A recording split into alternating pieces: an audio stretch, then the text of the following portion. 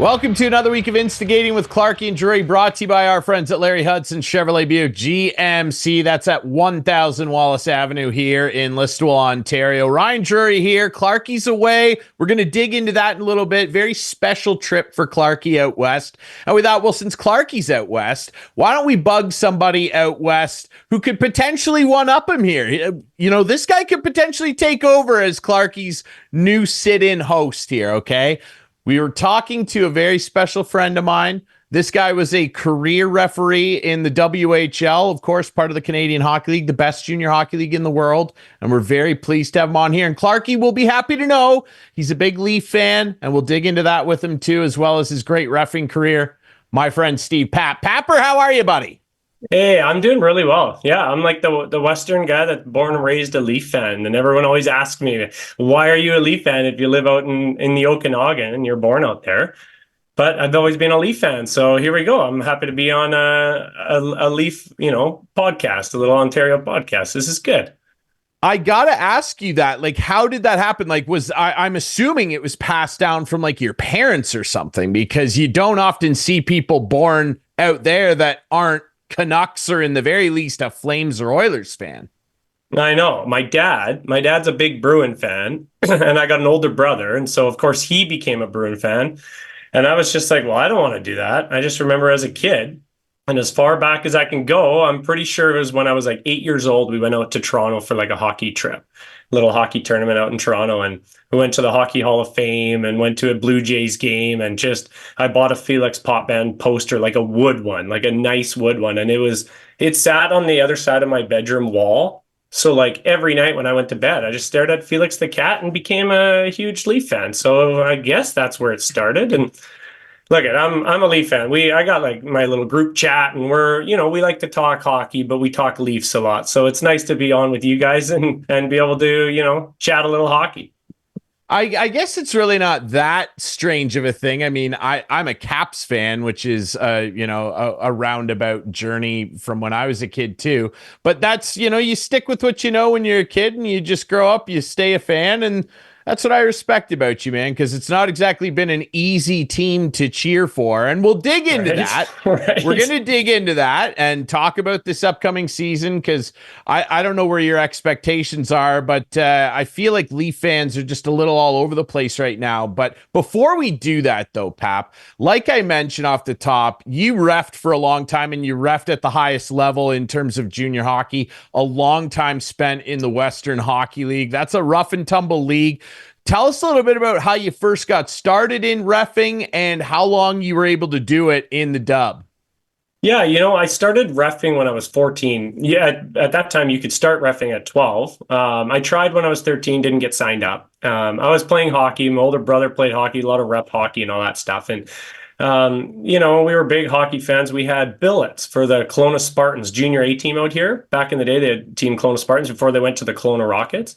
And we had billets. So there was 6 years I had billets. And so we were just a big hockey family. And we would kind of always, like, my parents and stuff would always hack on the refs when we were at games. And I'd be out there watching as just a little kid. And that was when wooden sticks would break and the linesmen would be picking up like little slivers of sticks on the ice. And, there was fights all the time. There was always blood, and linesmen were getting in there, and refs were involved, the old 3-man system. And I was just like, I don't know, I kind of want to give that a whirl. That looks fun.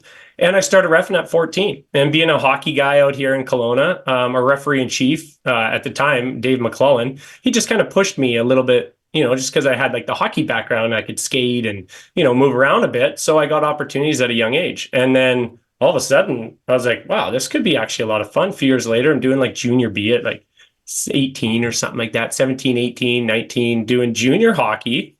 And then all of a sudden just created this passion for hockey from a different side of the game than we knew as a family. We knew hockey. We thought refs were like the enemy almost. And then all of a sudden we started to realize through me officiating was like, oh, there's a whole nother world to the game of hockey that we didn't know, even just as a family. And then it just kind of took off from there. Going through the program in like Hockey Canada program, BC hockey program, getting events, tournaments, like back in the day, doing like a Bantam tournament final game, like goosebumps. I got the final in like a Bantam game or a Pee Wee game. Like all of a sudden it started to be like competitive. as much as it's okay, you're a ref, you're just calling penalties, but you have to be good to get the games and get those tournaments and stuff. And that's just kind of where it started. All of a sudden, I did some junior hockey and I applied for the Western Hockey League like development program, and then went out there one summer, drove to Calgary, and tried to show my stuff on the ice. We do like fitness testing and in class, and I got hired when I was 21, 2004. I got hired as a linesman. I was not a linesman. I was like a little skinny guy that wanted to ref.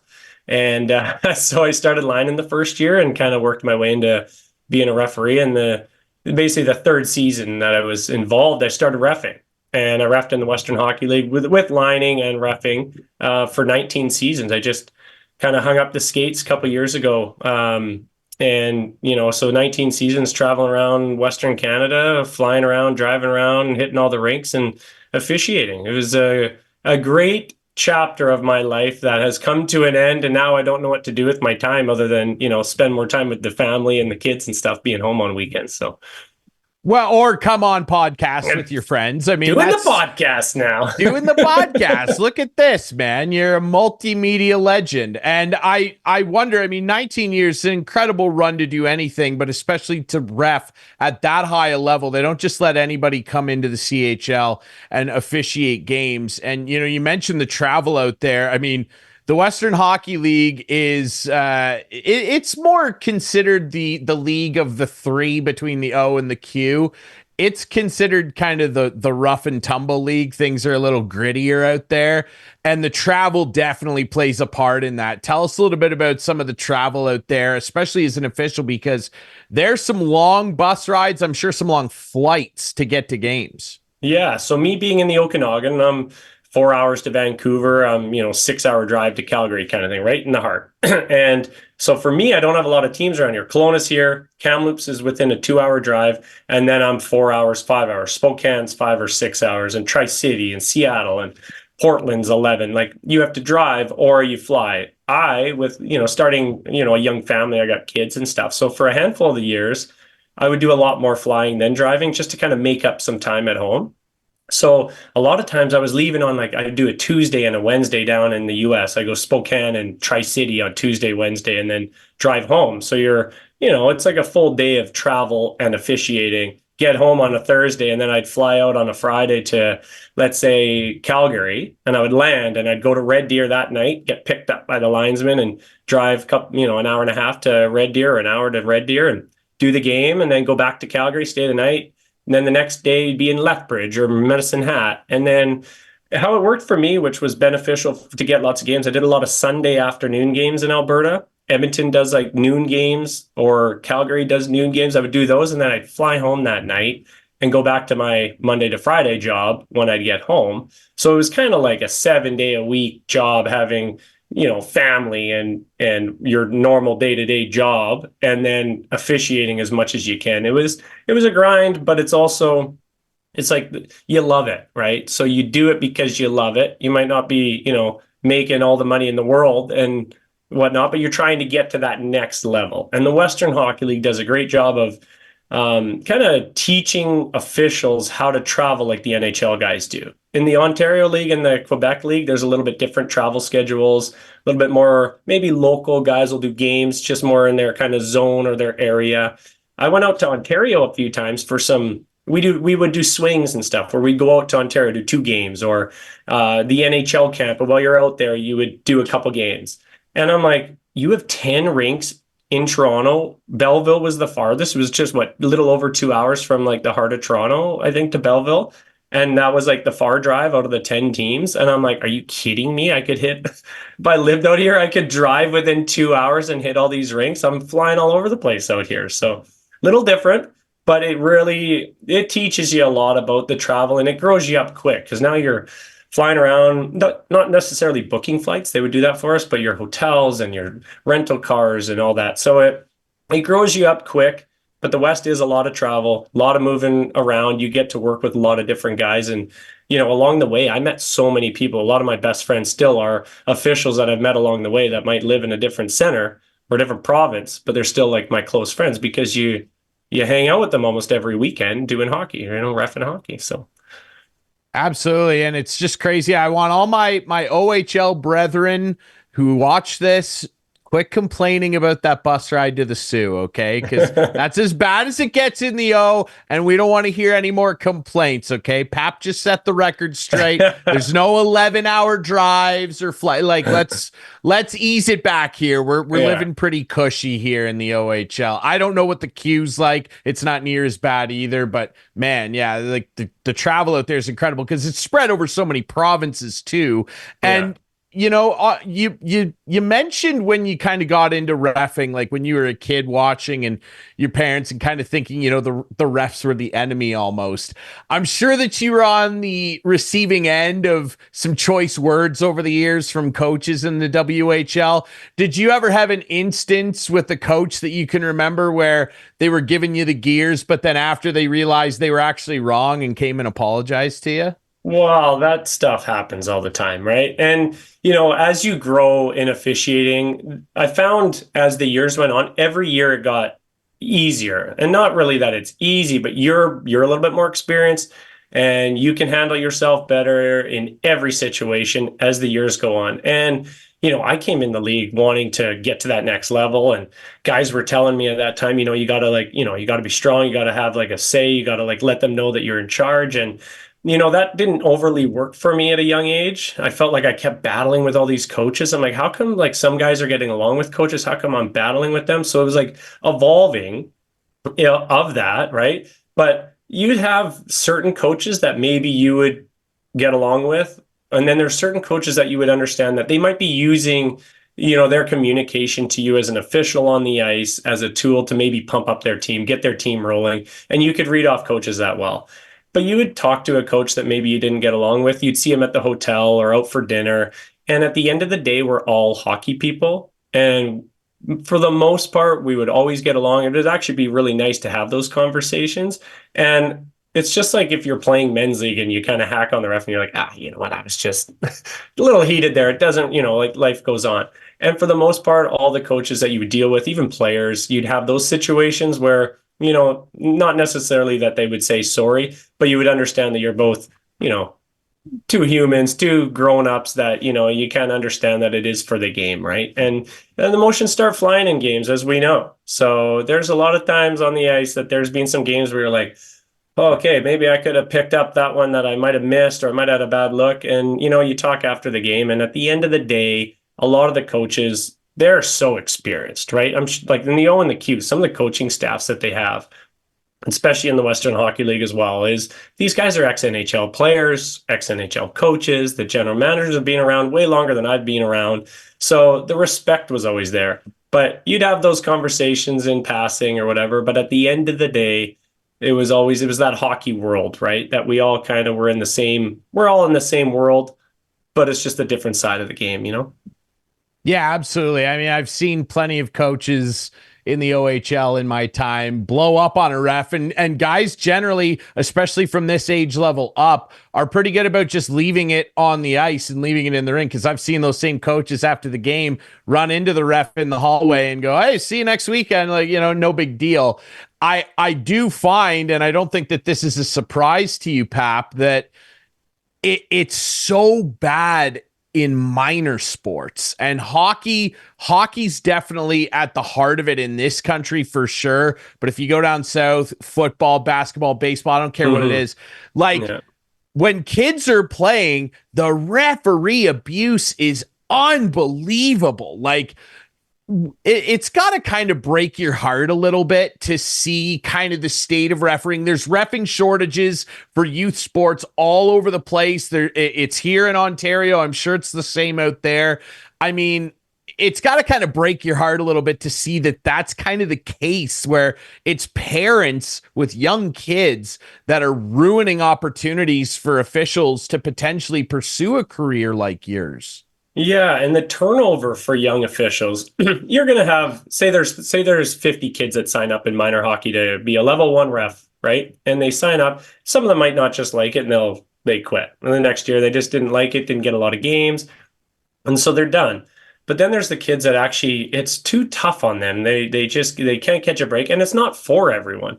But the amount of, just kind of disrespect that some of the young kids get, right? It can really change their opinion of officiating, and they end up quitting. And now we're maybe struggling for officials in that center because it's hard to get them up. Even some of the old, minor hockey, some of the umpires and basketball refs and stuff like that. Some of the older ones that maybe parents might even be like, they got to get rid of that guy. That guy can't be reffing anymore. I'm like, well, that guy's also helping the young officials. He does ice sessions with the officials, once a month. That guy might be the one that's actually helping develop the officials. Yeah, guess what? They're not great, right? No one's great. Even the NHL, we watch the NHL. It's not like there's no game that's perfectly officiated in the National Hockey League because every play is just, there's so many angles on a play and so many different options. And, maybe there's a penalty that might be a penalty at this time of the game and might not at the end of the game. Even though we want it to be consistent, at the end of the day, we also don't want it to be consistent. Late in the game, there might be that little tug in the back, behind the play that maybe in the beginning of the game might get called. So it just changes everyone's opinion on a play. Like, how do they not call that? Well, there's maybe more to it. So it's really difficult. It's a hard sport to officiate. I look at umpiring, like these minor umpires that are right behind the plate, and there's just a fence, and all the parents just sit right there, and you can hear them whisper. I bet. Like, I've never umpired a baseball game, but that I think would be really hard to have parents sitting 10 feet behind you. At least in hockey, you can skate into the other corner and kind of get away from it. But it is tough. Minor sports, officiating in general, because especially in the young youth sports, it's not going to be at the level that you're expecting. Even if they're doing their best and they're calling a good game, it's not going to be perfect, right? It's officiating, especially hockey. Hockey's so fast and so many different angles and situations that it's not going to be overly consistent as much as we try to make it consistent.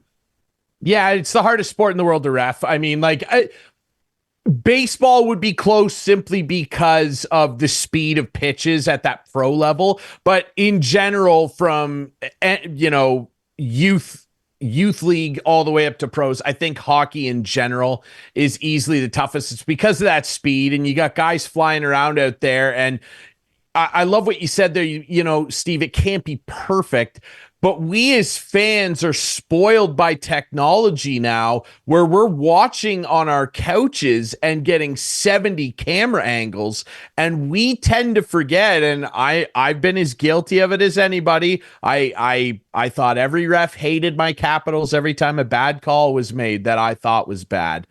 But we forget pretty quickly that you guys have one angle and it's your sight line. And yeah, I'm sure that that's played a factor in a number of different encounters you've had where you've made calls throughout your career. For sure. And I always try to reiterate to people, I've done a lot of speeches for hockey teams as kind of come in as a referee side of it, just to let them know, hey, there's a different side of hockey.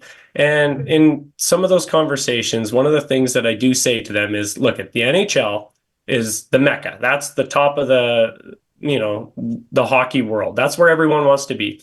And when we watch a game and it's not perfect and they miss something, and those guys communicate all year long, they're always watching videos, they're working on little quizzes, they're always just trying to stay sharp on their rules.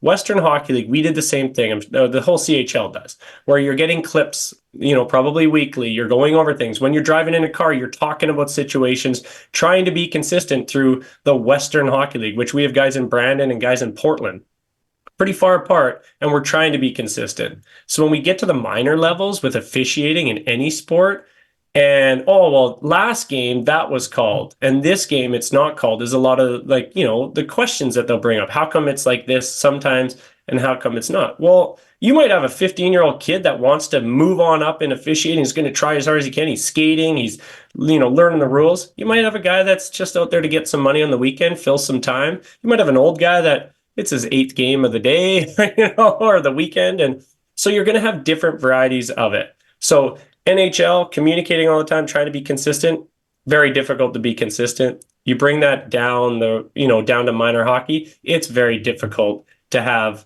consistency through U13, U15, U17, 18, right? So it's a difficult job for everyone on the ice. And it's difficult for us as fans and parents to be able to watch it, and we get so attached to it, right? It's our sport and we love it. So when something's not going your way, it's easy to just go right to the refs. That's how, I mean, I'm a hockey fan. I don't get me wrong. I played men's league last night and I gave the guy a hard time for not calling a slash and said, I wasn't mad that it wasn't a power play. I'm just like, all I told him was, careful what you just started because there's going to be more now. Like it's been a calm game. You don't call one. And sure enough, the next two plays, couple huge hacks. And that's kind of the whole thing, right? It's hard to be right as officials and make everyone happy because you're calling a penalty, someone's going to be upset, the other team's going to be happy. So no matter what, it's a lose-lose kind of job, you know?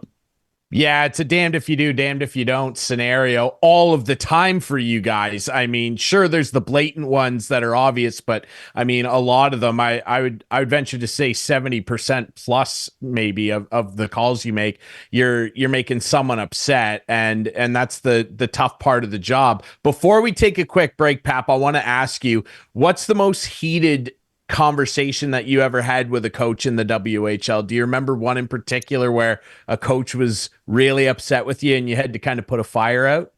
Well, I'll tell one story that it wasn't even maybe the biggest one, but it was one where I had to deal with it. So as a referee, we can't ever really give back to a coach. Right? If a coach is kind of maybe using us as like I said, like a tool to kind of get his team fired up or show that they're into it.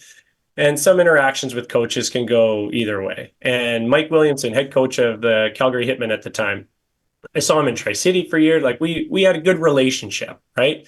But things just kind of got, a little bit much. It was like when Emerson Edom was playing for Medicine Hat. I don't know if you remember him. He never really panned out in the NHL. But he was a superstar at the time. He's faster than everyone. And Willie Desjardins, head coach of Medicine Hat at the time, goes, "Hey, they're all over our star player." And I sure enough say, to Calgary's bench when they're whining, and I said, "Well, you guys are, you're pretty tight on their star player."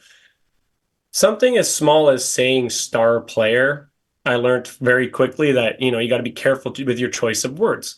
And so I said that, and then he got pissed off about it, comes down to the room, tells my supervisor comes in after the game, your ref's calling their player star player. And I'm like, whoa, out of context. So the next game, now he's even more fired up. Next game, right off the hop, he's just like, you could tell he was just mad. He just didn't like me at that time, yet we get along really well. There was just something there. And long story short, there was one play where he was saying something, and I said, well, I wouldn't want you to tell on me again. And that's me giving back to a coach because he's giving it to me. I didn't swear or anything. And I felt like, we had the relationship where I could kind of get to that level where I'm kind of giving it back to him a bit. And all I said was, I wouldn't want you to tell on me again.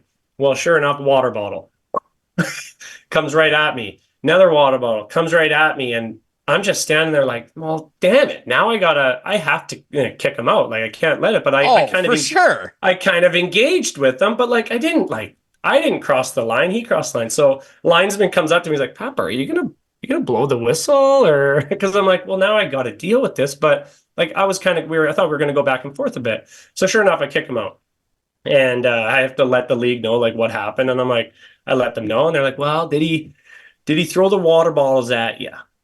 Okay, well, I'll tell you what. You see in the video, you see the water bottles in the corner. You see the bench. Well, I'm right in the middle, so I'm pretty sure he was throwing them in my direction. So we both, I think I missed a game, and he got fined like whatever the Western League did at the time. But then again, you see the guy in like the hotel like a couple weeks later, and we had a great conversation because at the end of the day, I did respect him as a coach, and I think deep down, he might not have said it at the time, but he probably respected me as a ref because we were both, in the league for a while. And, it's just when those things happen, at the end of the day, we're just there for the game of hockey that we love. I'm just the referee and you're the coach or you're the player. And at the end of the day, we're just here doing, what we like doing. So.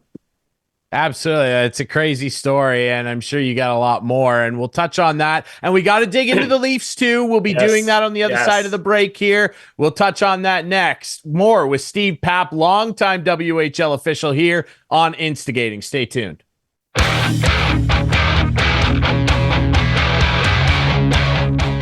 Welcome back this week to Instigating with Clarkey and Drury, minus Clarkey. Ryan Drury back here. We're, of course, brought to you by our friends at Larry Hudson Chevrolet Buick GMC, 1000 Wallace Avenue here in Listowel.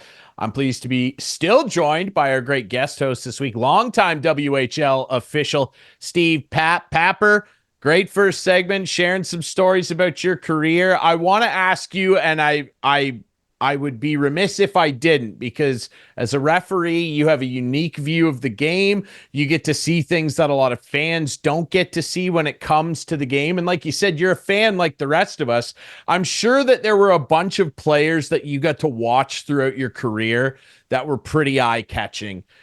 If you could give us like a top five even of guys in terms of their skill level, not even maybe that went on. You mentioned Emerson Edom in the last segment. He didn't end up, being a huge NHL star. So these guys that you mentioned, they didn't even have to necessarily go on to be great pros. But who are some guys that really stick out when you think back and said, man, that kid was a special junior player? Yeah, so to lead it off, obviously, number one right now, coming out of the Western Hockey League would have been Bedard. So when he came through, like at that time, it was right at the end of my career. So, I've been through it for at that time, probably 15, 16 years, kind of when he started really rolling through. And he was the first one that really was bigger than the game to like a different level. And his last year when he was rolling through and he was selling out barns, like he would sell out the Saddle Dome in Calgary, 17,000 people there. In Kelowna wasn't getting big crowds. Bedard rolls through, it's packed. People are talking about the game. He's in town. He was bigger than the game, and he was, out of all the years, he was the guy, right? Just selling out barns, and he was very entertaining. Like he put on a show. He was great. He was great to deal with. It was in a different world. So he top for sure. But Barzal, when Barzal was here, he was so good on the ice. Like back, like when you play hockey, when I get the puck, it seems like everyone just comes and takes it away from me when I play. But when he gets the puck and he stick handles, everyone would just kind of move out because they don't want to get burned. And he would just create so much space on the ice. And that was one of the biggest things that I noticed. Obviously the hands and, scoring ability and how he would feed guys, but how he would just grab the puck and he would just create so much free space. And it takes elite players to do that because, junior hockey is high level hockey, but he was just on a different level. Draisaitl coming through when he actually came to Kelowna. That's one of my worst calls I've ever made. It was a Sportsnet game. Draisaitl high sticks the puck. And he high sticks the puck right at the crossbar and he hits it in. And I wave it off. And I'm like, right when I waved it, I'm like, that might have been, that's probably under. And it's Sportsnet, so it's a big game, a lot of people there. And sure enough, it was like right at the bar. Like you got to give, the tie goes to the runner. Like if it's at the bar, and it was probably under the bar if I saw enough angles, which I did. Everyone, messaged me after. Bapper, you missed it. And I'm like, yeah, that was a bad one. But he was so good. And I saw him in, would have been the U18s maybe, out in Russia when I went out there. And he was on a different level for his passing. And I remember saying like, Draisaitl passes like Thornton at the time, who Thornton would just stick handle and just feed a pass that was just different. It just looked different. Draisaitl was like that as a kid. He just could pass the puck where you wouldn't expect someone to make that pass or even think about it, and it'd be perfect. So he was elite. Who were some other guys? Who I really liked the last few years? Korchinski. He's D-man playing for Chicago. Kevin Korchinski, yes. Man, I remember like he was really good. Shea Theodore is another player that I more or less say those guys for the fact that they weren't like huge superstars at the time, but being on the ice, you're like this. Theodore, when he was playing for Seattle, and at that time, Portland was unreal. They had like Lipsick and Patan and Ty Ratty and all these guys. They were stacked, right? And anytime that top line, they would come over the blue line, all three of them full tilt, and they would just destroy teams. Every time they tried to get around Theodore would just pick the puck up like out of the air. No one would ever get around. I'm like, man, this guy is good. He ended up playing on the World Juniors that year and gets drafted and is really good NHLer now. Like he's becoming a really good NHLer. But like there's certain players that just jump out just by watching on the ice level. And you're like, this guy doesn't get beat. And he was better than like what I think people were even talking about at that time. He was just so good. And, that's a guy that's maybe not at that elite level of Bedard and Draisaitl and Barzal and that, but he was another one that just stood out. And there's so many. I mean, I could keep going. Nugent Hopkins, when he came in, he was really good. I always laugh because he's the only one I ever called a butt-in penalty on. And I've only called it once, like the signal. And I was like, what's the signal for butt end? I've never called one in my entire life. And now I'm like, and I see it. He was so mad because he was mad that I actually saw it, because he actually did a butt end where he stuck it through his hand and kind of got the guy. And I'm like, that's a penalty. I was like, he butt ended him. I'm like, I don't know if the flat hand's on the top or what's the signal? Because it's not one that you see very often, right? So there was a lot of guys that rolled through the Western League, as the CHL in general, that were just, top notch. And I'm sure I'm leaving off like top end guys here, but those are just a handful of the guys rolling through that it was a pleasure to be on the ice with, right? Yeah, there's so many. I knew you were going to say Bedard too, and I figured he'd be the first guy you brought up. Like, just the skill, his whole all encompassing game, that shot, like it makes no sense how he can shoot from those angles. A guy that can shoot just as hard in his feet as outside his body, just a special talent. And you would have saw a lot of great defensemen too. The WHL is just a defenseman factory. Shea Theodore. Yeah. I mean, I would, in terms of the position he plays and what he does out there for Vegas and Anaheim before that, I would say he's turned into an elite NHL player. Like, he is a guy that, people can be guilty sometimes. And Steve, this, especially I find at the junior level, people can be really guilty of stat hawking, I call it, where they just look at a guy's numbers and go, oh, well, this guy only has 30 points. He must not be very good.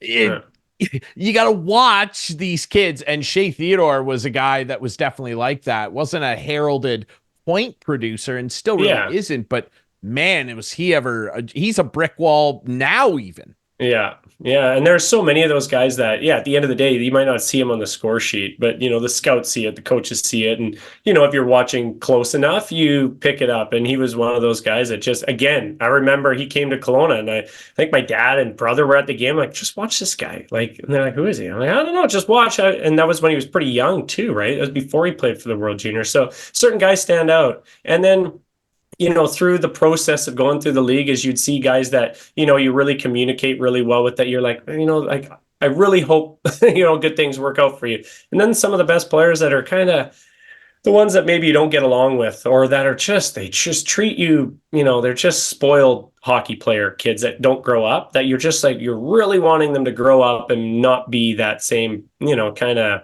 brat type hockey player. And then you see them grow up, and then they become a professional in the National Hockey League, and you see them grow up and be a veteran guy, and you're like, good for them, because they struggled at a young age. Because in hockey, all these kids that come to junior hockey, they were the best on their team, as we know, right? So when they come there, they've had everything given to them. They've been the top team, they've been on the top line usually, and now they're playing here, so they've had it all. Sometimes they have a tough time being able to mature their game in that aspect, especially communication with officials and players on the ice and stuff like that. I wonder too, you refed such a long time. You saw all these great players, had a lot of great experiences. We talked a little bit about this in the summer when we were hanging out, Pap, and obviously you got to ref a lot of big games. What would you say, when you look back, is the biggest game, or maybe the biggest playoff series that you look back on and say, I can't believe I was on the ice for that? Yeah, like the list is, it's if you ref a long time, you've got a list. And I'm not trying to say it's, just mine, but my personal list, I got the opportunity to work in the some international stuff with the U18s and the World Juniors, and I worked a few Memorial Cups. Even like all those are different in their own sense. The World Juniors is my top, right? I never made the National Hockey. Like, I did some American Hockey League for a few years, which was great. And but the World Juniors, like, as a kid growing up with my dad and my brother, we'd wake up when we were overseas, and we'd wake up at 4 a.m. and watch a game. And like, there wasn't many times that TSN or whatever was talking about the World Juniors and I didn't see it. Like, I was involved every morning. I'd be watching all the stuff and picking the team. I don't know. It was cool. They'd be knocking on their hotel room doors and letting them know they're on the team. You would watch it all. So then when I got selected to work the World Juniors, like, the feeling I had getting that phone call, that was my Stanley Cup at that time, right? Like, that was the greatest. So I got to work the tournament, and at that time, if you're your country is in a game, you can't officiate it now, which they've kind of changed now. But at that time, I couldn't. So it was the first time ever where I was like, if Canada doesn't make the gold medal game, I'd be okay with it, right? Just so I have an opportunity. And sure enough, they didn't have the greatest tournament. It was in Sweden. I did the Malmo one, and I got selected to work the gold medal game. And it was like a stressful 4 days because I didn't get a semifinal, and I thought for sure they would use two of the four officials in the semi for the gold. And I'm sitting there like all night, just like, come on, like I think I'm in a good spot here to get selected, but like you're not getting a feel on it. And I did the gold medal game, and that game, just with everything that was, growing up watching with my dad and my brother and family and my mom, and just being able to be a part of the World Juniors and then to get the final game, that was, it was kind of the one that you're never going to forget, right? It was pretty cool for me at that time. Yeah. The Malmo one, was that 2011 or 13 when 13. Zibanejad scored in overtime against the Russians? No, it was Ristolainen scored in overtime for Finland over Sweden in Sweden. Right. 2000, Yeah, when you that's right. That 13-14 one, yeah.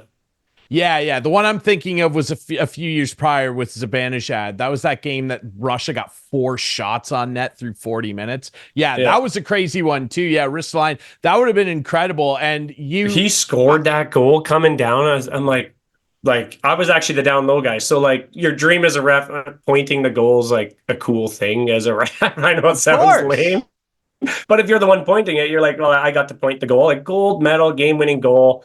And I pointed, and I just remember when it went in, I'm like, oh my God, like it all, like I couldn't have drawn it up any better, really. Although I didn't there's always things you could take out of it. Like, could I have done better, whatever, you're in the moment? Sure. But at the end of the day, getting the game, pointing the final goal, it was just one of those moments. I wish I got a picture of it because there's like a blurry picture. Like I don't keep a lot of like memorabilia of like my career, but I'm like, if I could have had that picture, that's one that, just for my dad, more or less, right? Like to be like, Dad, like we got there, man. Like you helped me get there. You took me to the rink all the time as a kid. Now I'm doing World Juniors and pointing the goal. I thought it was the coolest thing at the time, as well. 100%. Well, and like you got to be in, like, we like to talk about Canada, Russia, Canada, United States, whatever. Sweden, Finland, Woo! Like, hey man, you were in the melting pot, brother. They do not like each other on the ice. Yeah, and like the fans, Sweden fans really came out at that final game. It was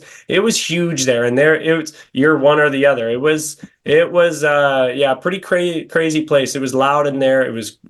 That was the only game that I worked where one of the linesmen didn't speak English. So we're going in like the biggest game in my career. And before the game, I'm like, okay, like if we need to communicate, and I never skated a game with them through the round robin right. And I'm like, okay, if we need to communicate, like as a ref, you rely on your linesmen a lot. Like the guys that are around my local area that were really close, I can rely on them so much. I can tell by their mannerisms if I miss something, or like, they'll give me a heads up. You really have to work together as the 4 officials on the ice. So we were like handcuffed in the biggest game because I couldn't communicate with this guy. I didn't speak a lick of English, like none. So it was a challenge. We had a puck go out of play and we're all talking. I'm talking to the American linesman, and the other ref was from Switzerland, and we're communicating, basically push the guy aside. And this is when we need all the information we can get. Like, what do you have here? And he can't speak. So he's trying to communicate. We need like a translator on the ice. It was wild. Like, you're not used to that being in the Western Hockey League, right? We can obviously communicate with everyone out here. Yeah, that's crazy stuff, man. It's just an incredible career, and congrats on that, man. Like, I mean, you should be incredibly proud of everything you did out there. And honestly, dude, like you, if you wanted to, and I know Kate, your lovely woman out there. We all love Kate. We're going to have to write her into the credits, producer Adam, as an executive producer on this episode. Yeah, we're getting Steve all set up. Yeah. All right.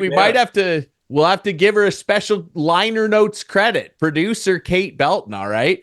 I know that, she does a lot of front-facing media work, doing a lot of stand-up comedy and stuff. I think if you wanted to, you could do it too. You could be like a hockey analyst that pipes, in the NFL, they always bring in like Tom Pelissero, like, hey, what'd you see on that penalty, Tom? You could be that guy on like hockey broadcasts, 100%.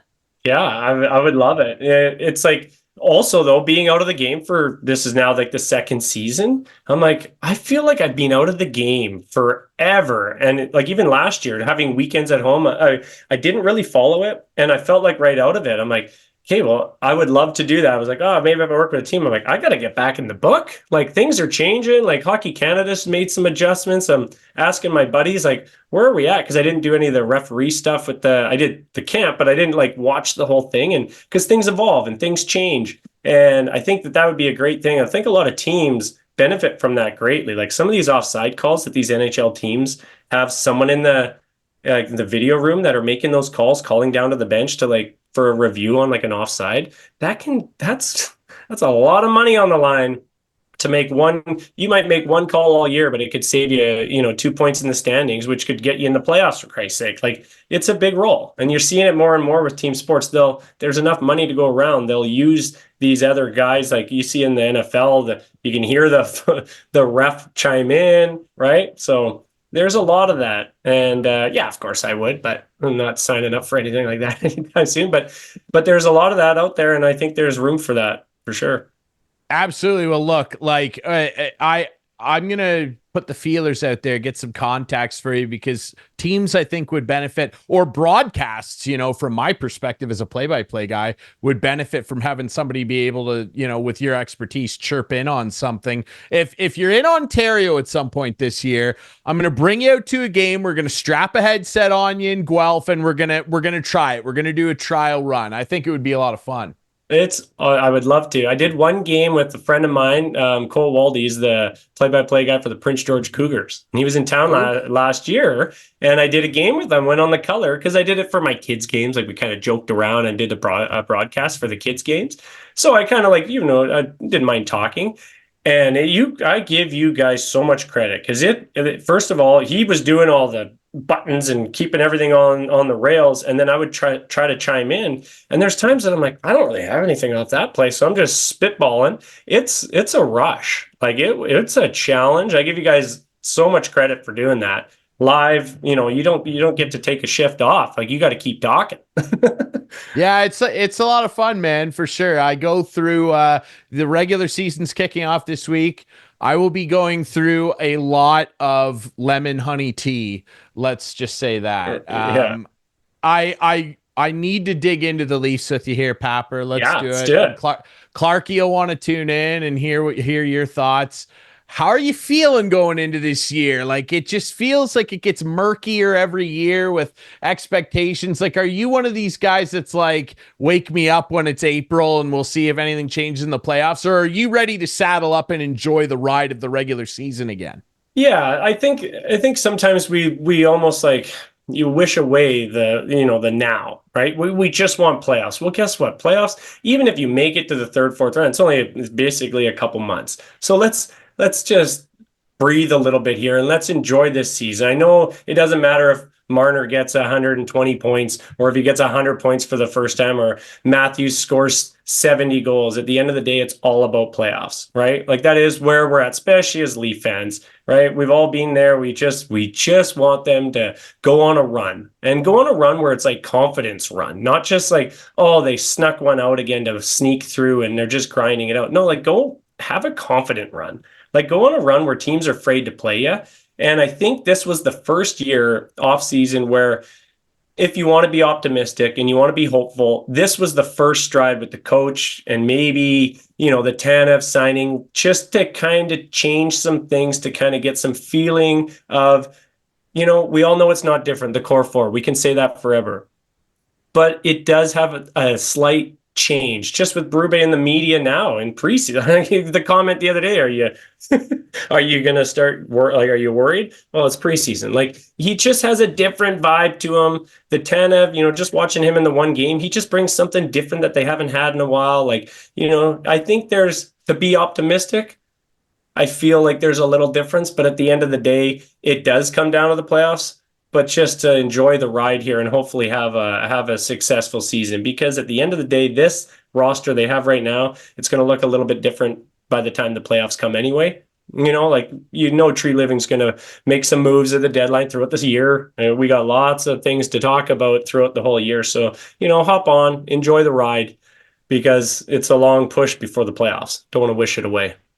Absolutely. You got to enjoy the ride. Otherwise, what's the point of being a fan? And that's where you build up your optimism, right? I mean, you can't just tune it out. Hey, I experienced it plenty with my guys before finally they did it. So, hey, and I've always said to Clarkey, hey, if the Capitals can win the Stanley Cup, there's the evidence right there. Yeah. You guys can do it too. Come on here. I want to ask you on that note, we got to do some predictions with you here. I'm going to throw some over-unders at you, and I want you to tell me how you're feeling. Over or under the number here. Let's start with the guy who seems to have a target painted on his back all the time in this fan base, at least amongst a healthy portion of it, and that's Mitch Marner. Contract year, looking for a new deal. 100 points. He's come close before. He's had a couple 97s and a 99. Do you think he'll go over or under that century point mark this year? I'm going to say over. The fact that he hasn't been there, you're wanting to demand a lot of money, right? You're trying to go with guys like, McKinnon and Matthews money and Draisaitl money. If you want to be even in that realm, you got to do something different. If it's not playoffs, right? Everyone knows right now you're not doing it at the time that it matters the most. Well, then you should be at least trying to get 100 points. I think this is the year. Last year, it started right off. He got married in the summer or whatever, and he just seemed checked out at the beginning of the year. He didn't really feel like he was, just in a good place all year. I just have a different feeling of him. I'm going to say over just for the fact that he's got to do it. At the end of the day, he's really skilled hockey player. He's talented. Why do the Leafs not have these guys getting 100 points like some of these other teams? I don't know. They're on the ice half the game. They're on every power play for 2 minutes pretty much. Like, how are you not getting 100 points? I think this is the year that he sneaks it out.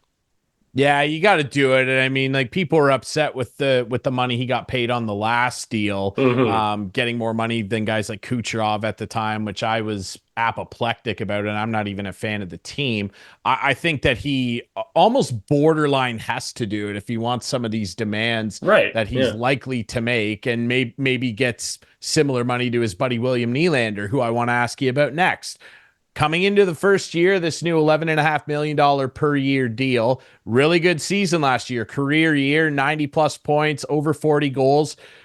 What do you think goal wise for Willie this year? I'll set the number at 42 and a half, over or under for Willie.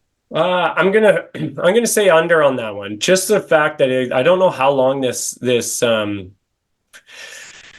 I don't know. I think just with him going to give it a shot, I think they're going to give it a little bit longer of a shot at center than they did last year. I think it's a different game. Like him coming into the contract year last year, maybe wanting to, stay on the wing and, prove that he's worth his contract. This year's a different year for him. And if he ends up staying at center, I don't think that him flying down the wing is where he can just walk in and get a lot of those goals. I'm not sure if that's exactly where he's going to be. I would like to see him over that, especially if he's playing center and you got a 1-2 punch of Matthews and Nylander, and you got Tavares in your third, that'd be great. But I just think if, he sits in the first 10, 20 games and maybe they make adjustment, maybe he stays center all year, but I'm going to go under on that one. Yeah, and maybe if he stays at center and actually excels and gets a good grip of the game there, maybe he becomes a bit more of a playmaker instead of a goal distributor. And he'll probably still score 35 plus. Yeah. Because he's just so damn good. Joseph Wall, a lot of questions about the goaltending. I really hope this kid can stay healthy. What do you think? Over or under 30 and a half starts? Do you think he'll be able to go over 30 games? Well, if everything plays out and he doesn't get hurt again, I mean, he's only played, 30 games, and how many games does he have in his NHL career? It's not a lot. 32 or right something? around there. Yeah, right around there. So for him to basically do that in a season, I'm going to say yes, to go over. I think it should be a split. If they stay healthy all year, I mean, they have like four goalies right now, but I think Solar's, he's so big. He looked really good. Maybe he gets a lot of playing time, but I think at the end of the day, even if one of them kind of tries to take the reins, they still need to do it as a tandem because neither goalie has been a starting goalie for an NHL hockey team. They've been the backup or part of a goalie tandem, I guess, in a sense. So for either one of them to take the reins and actually play over, 40 games or over half would be a lot. So I would hope that he goes over. But I'm going to say under because of the injury aspect and because of, just there's also Murray. Who knows if Murray comes through and plays a game and plays well? Well, Hildeby, like they got some massive goalies on their team. Someone's got to take the reins and go.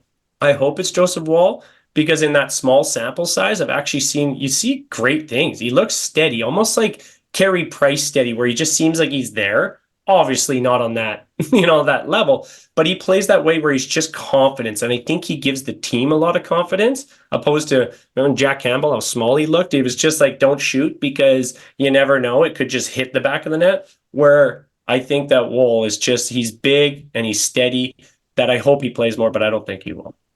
Yeah, I really hope the kid can stay healthy because when he's in there, yeah, he's like shown flashes. He's got that really tight mechanics. I like the way he plays in there. He's got a calmness about him. I really hope that he can stay healthy. And hey, you bring up the other guys, Matt Murray, Hildeby in the mix. Like, hey, they had to ice 3 goaltenders last year. I mean, Martin Jones, you could argue there was a stretch there. He might have saved their season when Samsonov was having all kinds of mental struggles. Woll was hurt. I hope he can stay healthy because I do like the kid. All right. Every week on this show, Pap, it's been great having you on. We really appreciate you doing this, man. And I'm wishing good things for your Leafs this year. All right, for you and Clarkey's sake, I'm hoping for good things here. All right. Every week on this show, we do a little something. It's called the couch potato of the week. Now, the couch potato, it can be a positive thing, a guy that's had a great performance in sports, or somebody we want to highlight for a good reason that deserves to kick back and relax on the couch. Or it can be a negative thing, somebody that maybe spent too much time in the recliner and didn't live up to their billing. We love having you on here, Steve. I usually let Clarkey go first, and I'll concede to you because you're our guest here. Who have you selected as your couch potato here on Instigating? Well, we talked a little bit about baseball earlier, and I know we're a hockey, forward here about hockey and officiating, but we talked baseball, and I'm going to take it to baseball and use the White Sox as the whole organization. They're playing, I think right now, I think they just started 120 losses. I was just thinking about it earlier today. I know they play 162 games in, MLB. So it's different than hockey, but think of that.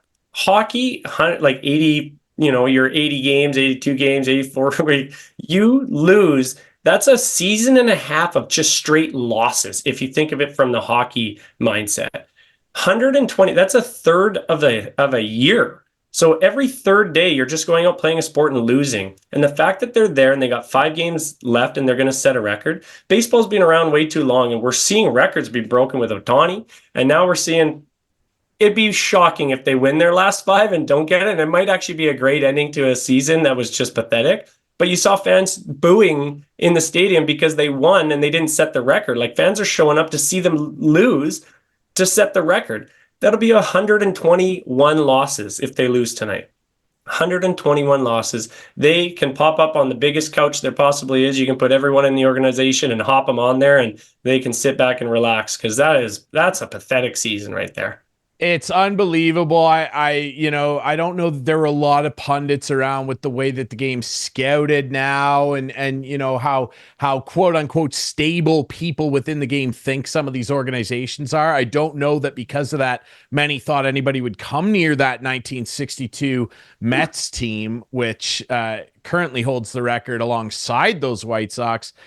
I just can't believe how bad these guys are. And Steve, like, I'm glad you brought that up too. And special shout out to Shohei Ohtani, first 50.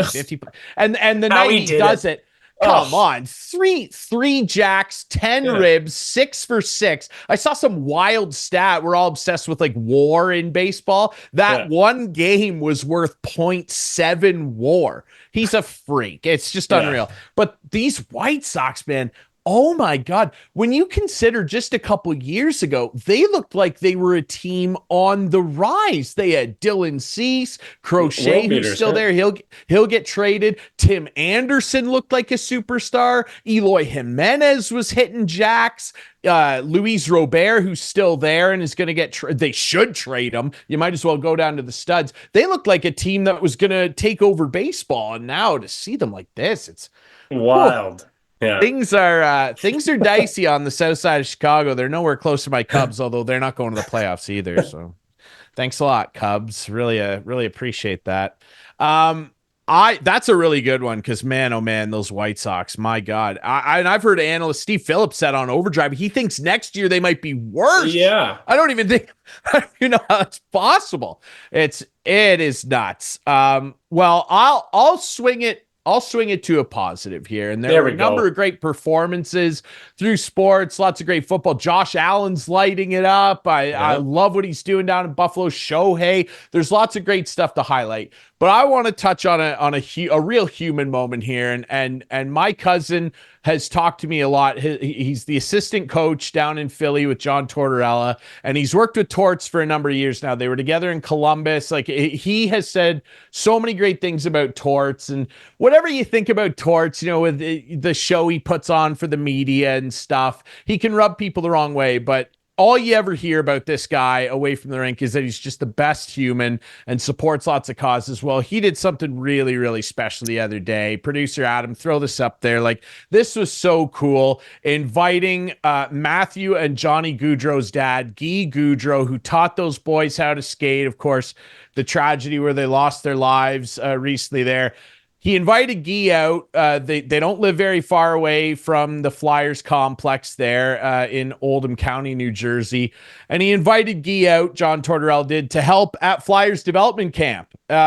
Just awesome stuff. And you saw in the video there all the players skating up and shaking his hand. Like, what a really cool thing for Torts to do. That guy's going through hell right now. That whole family is. And to just invite him out, and I hope they do it more. I hope they let him just kind of come out and get his mind away from stuff, Steve. Because just an unthinkable tragedy he went through, and to reach a hand out like that. Hey, we've talked a lot about hockey and your career and different people helping you out over the years, and my career, in broadcasting has been no different.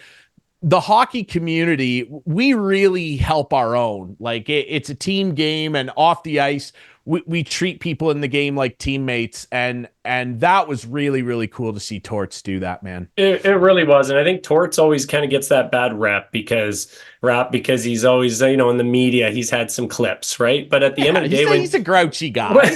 Anytime someone actually talks about him, they say, a lot of good things about him as a person, as a coach. He's a family guy that, I think we don't see it necessarily, but this is a good, a great thing that they did, bringing him out there. And that just goes to show, one, the organization for Philadelphia, it's not just Torts bringing him out, it's everyone. So, great call on that, and great shout out to all Philly and the whole organization to bring him out. And I'm sure he'll be back out there with them. And I think, like you said, it's therapeutic. Get out there, kind of be with the guys, just be skating around, push some pucks, stand out there, whatever it is, be around the guys.